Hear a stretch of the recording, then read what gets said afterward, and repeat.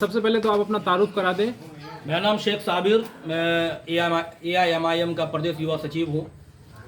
और देखा गया कि पिछले दिनों जो नॉमिनेशन हुआ उसमें 15 लोगों ने नॉमिनेशन फाइल किया है, तो आप अपने पार्टी का प्रतिनिधित्व करते हुए बताएं कि आपकी टक्कर किनसे होने वाली है। देखिए, हमारे टक्कर में कोई नहीं है। हम लोगों ने, किशनगंज की जनता ने कांग्रेस के जो कैंडिडेट हैं या कांग्रेस को, उनको भी देखा। 75 सालों में उन्होंने क्या किया, मुसलमानों का क्या हक दिया। बल्कि उन लोग तो ये चाहते हैं कि मुसलमान की क़यादत ही खड़ी ना हो। वो तो मुसलमानों का खुल्लम खुल्ला दुश्मन है। मुसलमान उनके बगल में ना बैठे, मुसलमान कोई आवाज़ बुलंद ना करे, मुसलमान कोई हक की बात ना करे। ये तमाम तर नामनियाज सेकुलर दलों की जो है ये चाल है कि मुसलमान की क़यादत खड़ी ना हो। और दूसरी तरफ जो है वो JDU है, और JDU का जो कैंडिडेट है वो भाजपा को जिताने के लिए आए हैं और नरेंद्र मोदी के हाथ को मजबूत करने के लिए आए हैं।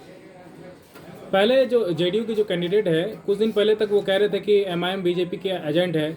आज वो खुद बीजेपी के साथ गठबंधन में पूरे शहर में कैंपेनिंग कर रही है। इस विषय में आप क्या कहेंगे? इसमें मैं क्या कहूँ, इसमें तो जनता को खुल करके जनता को कहनी चाहिए। किशनगंज की जनता ने खुद देखा कि कुछ दिन पहले जो है वो मशाल जुलूस निकाले। कुछ दिन पहले जो है वो ये कह रहे थे कि भाजपा भगाओ देश बचाओ, और आज जो है उन्हीं के गोद में जाकर बैठ गए। नीतीश कुमार जो है वे मौका परस्त आदमी है, मफाद परस्त आदमी है। ये चाहते हैं कि मैं सत्ता पर बैठे रहूं, सत्ता पर काबिज रहूं, और जिनका जो हक है उसको ना दूं। मुसलमानों के साथ ये पार्टियां ने हमेशा छलावा किया है, अब भी ये कर रही है। मुसलमानों को उनका हक नहीं देना, दलितों को उनका हक नहीं देना, SC STs को उनका हक नहीं देना। आज मैं इन लोगों से कहना चाहता हूं, जो ये जमा खान साहब हैं, ये जो आज किशनगंज में डेरा डाले हुए हैं और बाहर से आकर के किशनगंज में डेरा डाल करके भाजपा के लिए वोट मांग रहे हैं। जमा खान, मैं आपसे पूछना चाहता हूं कि मदरसा जब अजीजिया जल रहा था, क्या उस वक्त आपकी जबान में दही जम गया था? उस वक्त आप कुछ नहीं कहे? उस वक्त आपके तो मुंह में किसकी जबान थी? क्यों नहीं खुल करके सपोर्ट किए उस वक्त में? क्यों नहीं कहा आपने उस वक्त में? आप तो सरकार में थे, आपको तो खुल करके आना चाहिए था, लेकिन आपने नहीं किया। वहां आपको मौका नहीं मिला वहां जाने का। आप बताइए, बिल्किस बानो के रेपिस्ट के साथ जो खड़ा था, आज उनके हाथ को आप मजबूत कर रहे हैं। तो गुजरात के कत्लेआम को क्या हम लोगों ने भुला दिया? या बाबरी मस्जिद की शहादत को हमने भुला दिया? जमा खान जी उसी नरेंद्र मोदी के हाथ को मजबूत करने के लिए जो है वो खड़े हैं, लोगों के पास जा रहे हैं, और उनका एक ही मुद्दा है। एक ही मुद्दा मैं आपको बता दूं, वो जो आज कह रहे हैं कि कैंडिडेट को देख करके वोट दें। मेरे भाई, कैंडिडेट किसका है? कैंडिडेट तो भाजपा के गोद में बैठा हुआ है। बीजेपी के साथ खुलेआम मीटिंग हो रही है। क्या हम लोग ये चीज को नहीं देख रहे हैं? हम लोग की आंखों के सामने सारी चीज है। आज भी मीटिंग हुई है, हर दिन मीटिंग हो रही है, भाजपा के लोगों के साथ मीटिंग कर रहे हैं। किस बिना पर आपको सीमांचल के लोग वोट देंगे? किस बिना पर आपको दलित वोट देंगे? किस बिना पर आपको मुसलमान वोट देंगे? आप बताइए। खुल करके कह रहे हैं। आप वो छोड़िए, बीजेपी के सैयद शाहनवाज हुसैन ने क्या कहा? शाहनवाज हुसैन ने यही कहा कि कोई भी लड़े, कोई भी गठबंधन में हो, भाजपा गठबंधन में कोई भी हो, वो मोदी के नाम से वोट देगा। क्या ये चीज क्या जनता नहीं जान रही है? जनता जान रही है। जनता का एक एक वोट अगर JDU में जाएगा तो मोदी के नाम पर जाएगा। अब जनता को फैसला करना है कि आपको मोदी को जिताना है या मोदी को गद्दी से उतारना है। यह जनता को खुद फैसला करना पड़ेगा। अच्छा, किशनगंज के बगल में एक जिला है पूर्णिया, जहां पर महागठबंधन के दोनों प्रत्याशी मैदान में हैं, तो क्या इससे वोटों का बंटवारा नहीं होगा और इससे भाजपा को फायदा नहीं पहुंचेगा? इस विषय में क्या कहेंगे? देखिए, भाजपा को फायदा पहुंचाने के लिए ही ये लोग हैं। ये चाहते हैं कि नरेंद्र मोदी सत्ता में काबिज रहे, और फिरका परस्त ताकतें जो है हमेशा जो है आपस में लड़ाने का जो है षड्यंत्र बनाते रहे। और ये सेकुलर नामनियाद पार्टी, जिसकी औकात नहीं है कि खुद से RJD की कितनी सीट है आप बताइए?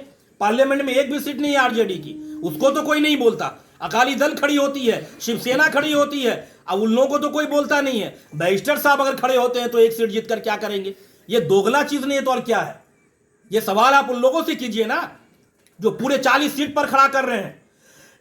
ये पूरे 40 सीट पर खड़ा कर रहे हैं अपने उम्मीदवार को, और उसके एक भी MP जो है उनके जीते हुए नहीं है RJD के। क्या उनसे आप सवाल नहीं कर सकते हैं? उनके पास आपकी हिम्मत नहीं होती है, उनके पास तो आप कुछ बोल नहीं सकते हैं। लेकिन बैरिस्टर अगर चाहता है कि दलितों के बीच से उठ करके हमारा लीडर बने, मुसलमानों से उठ करके एक हमारा लीडर बने तो आप लोग के पेट में दर्द शुरू हो जाता है। ये मुल्क सबका है, मुसलमान का जितना है उतना ही दलित का है, उतना ही हिंदू का है। ये मुल्क सबका है। ये मुल्क बागीचा की तरह है। ये मुल्क में सिर्फ एक फूल नहीं खिलेंगे, इस बागीचा में हर तरह का फूल खिलेगा, तब जाकर ये बागीचा खूबसूरत बनेगा। और आप लोग ये जान लीजिए, इस बार किशनगंज में बहुत अच्छा माहौल है। किशनगंज में इस तरह का माहौल हमने कभी नहीं देखा। एक तरफा रुझान अख्तुल ईमान साहब का है।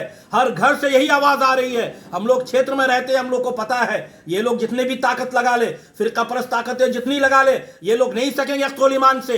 अख्तुल ईमान एक साफ शफाफ आदमी है। कभी आज तक आप बता दीजिए अख्तुल ईमान कि एक भी जबान से फिरका परस्त की कोई भी वर्ड निकली है कि नहीं है। एक हिंदू विरोधी एक स्पीच आप दिखा दिए अख्तुल ईमान का। अख्तुल ईमान वो शख्सियत है जो 3-3 बार कुर्बानी दिया। अक्सर अख्तुल ईमान वो शख्सियत है जो यह चाहा कि गंगा जमनी तहजीब बची रहे। आप बताइए, सूर्य नमस्कार अगर आज लागू हो जाता तो आज मुल्क में या बिहार में क्या हालत होती? क्या हमारे बच्चे आज स्कूल जा पाते? क्या हमारे बच्चों को आप भेजते आप स्कूल में कि सूर्य नमस्कार करो? क्या वो इर्तिदाद के शिकार नहीं होते? क्या वो अपने ईमान से हाथ नहीं धोते? तो अख्तुल ईमान की बहुत बड़ी कुर्बानी रही है। एहसानमंद है हम अख्तुल ईमान साहब के कि उन्होंने आवाज उठा करके सूर्य नमस्कार को, किसी धर्म को ज्यादा तवज्जो नहीं दिया, बल्कि शिक्षा को शिक्षा के मयार में रखा और तालीम को बढ़ावा दिया उन्होंने। आज अगर सीमांचल विकास कर रहा है या सीमांचल के नाम अगर कोई ले रहा है तो जनाब बैरिस्टर असदुद्दीन ओवैसी साहब की वजह से ले रहा है। बैरिस्टर असदुद्दीन ओवैसी साहब ये कहे हैं कि जब तक मेरे अंदर में जान रहेगा, जब तक मैं जिंदा रहूंगा, उस वक्त तक मैं सीमांचल का नाम लेता रहूंगा। सीमांचल की पसमानदगी के ऊपर मैं बोलता रहूंगा और वो हमेशा बोल भी रहे हैं। तो इसके लिए हम लोग बैरिस्टर साहब के बहुत बहुत शुक्रगुजार हैं कि उन्होंने इस तरफ अपना कदम बढ़ाया और अख्तुल ईमान साहब को हम लोगों का प्रदेश के अध्यक्ष बनाए। अख्तुल ईमान साहब ने इस बार जो है ये बेरा उठाया है कि यहां से आप उसको एमपी बना करके जिता करके भेजिए, तो आप देखेंगे इंशाअल्लाह ताला सीमांचल से नाइंसाफी का खात्मा होगा। सीमांचल में जो आज लोगों को झूठ मूठ कर तो मुकदमात में फंसाया जा रहा है, किसी तरीके से जमीन हड़पा जा रहा है, दलालों की कसरत बढ़ गई है सीमांचल में। उन दलालों को मुंह तोड़ जवाब देने वाला अगर कोई है तो वो अख्तुल ईमान साहब हैं। आप सोचिए इस बारे में, अपने दिल में जोड़ दीजिए और रात के अंधेरे में आंखें बंद करके सोचिए कि अख्तुल ईमान ने क्या किया है इस सीमांचल के लिए, किशनगंज के लिए अख्तुल ईमान ने क्या किया है। 2009 में अगर अख्तुल ईमान 2014 में अगर अख्तुल ईमान नहीं बैठता, अख्तुल ईमान विड्रॉ नहीं करता, आखिरी वक्त में उनको पता चला कि बीजेपी की साजिश है, कि जेडीयू के साथ हाथ मिला लिया है, वो चाह रहे हैं कि यहां से बीजेपी जीत जाए, और अख्तुल ईमान साहब को इसकी भनक पड़ गई। अख्तुल ईमान ने उसी दिन जो है विड्रॉ किया। आज अगर विड्रॉ नहीं करते तो यहां से डॉक्टर दिलीप जायसवाल जीत जाते, यहां से फिरका परस्त ताकत जीत जाती। फिर हमारे साथ क्या होता, क्या हालात होते आप जानते हैं। हम कभी नहीं चाहते कि भाजपा गद्दी में बैठे, हम कभी नहीं चाहते नरेंद्र मोदी दोबारा प्राइम मिनिस्टर बने। सीमांचल के लोगों से, खास तौर पर किशनगंज के लोगों से मैं गुजारिश करूंगा, हाथ जोड़कर गुजारिश करूंगा, एक मौका आप लोग अख्तुल ईमान को दीजिए। उस शख्स को देखिए चेहरे में, वो सच्चाई झलकेगी उनके चेहरे में। उन्होंने बहुत कुर्बानियां दिया है। अगर आप उनको फरामोश कर देंगे, आप उनको अगर वोट नहीं देंगे, आप उनको अगर जिताकर नहीं भेजेंगे मेरे भाई, तो आप समझिए सीमांचल अंधेरे में रहेगा। अगले 100 सालों तक आप एक अच्छे रहनुमा से महरूम हो जाएंगे। मैं आपको यह दावा के साथ कह रहा हूं।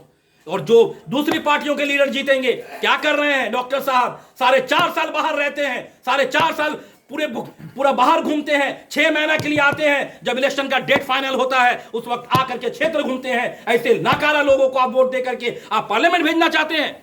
कौन सा मुद्दा उठाते हैं? वो अटेंडेंस बना देने से, मुद्दे गिनवा देने से मुद्दे हल नहीं होते हैं। बैरिस्टर साहब जिस तरीके से पार्लियामेंट में खड़े होकर के एक एक मुद्दे को गिनवाते हैं, उनके हल के बारे में चेयरमैन को बताते हैं, इस तरह का दिल चाहिए, इस तरह का जिगड़ा चाहिए। यह जिगड़ा इन लोगों के पास नहीं है। ये डरते हैं भाजपा से, क्यों नहीं अख्तुल ईमान साहब की क्यों सपोर्ट ना करें हम अख्तुल ईमान के साथ खड़े हैं। अख्तुल ईमान साहब इस बार कसीर वोटों से जीत रहे हैं। 5 लाख पार वोट आएगा इंशाअल्लाह ताला, 5 लाख वोट। और आप लोग इत्मीनान रखिए, इंशाअल्लाह ताला पतंग को आसमान में उड़ा रहे हैं, डोर खींचेंगे, ये जेडीयू वाले भी कटेंगे, कांग्रेस वाले भी कटेंगे, आसमान में सिर्फ पतंग दिखेगा। पतंग पतंग पतंग पतंग पतंग। अख्तुल ईमान जिंदाबाद, बैरिस्टर असदुद्दीन ओवैसी साहब जिंदाबाद, अकबरुद्दीन ओवैसी साहब जिंदाबाद, सीमांचल की अवाम जिंदाबाद, किशनगंज की अवाम जिंदाबाद।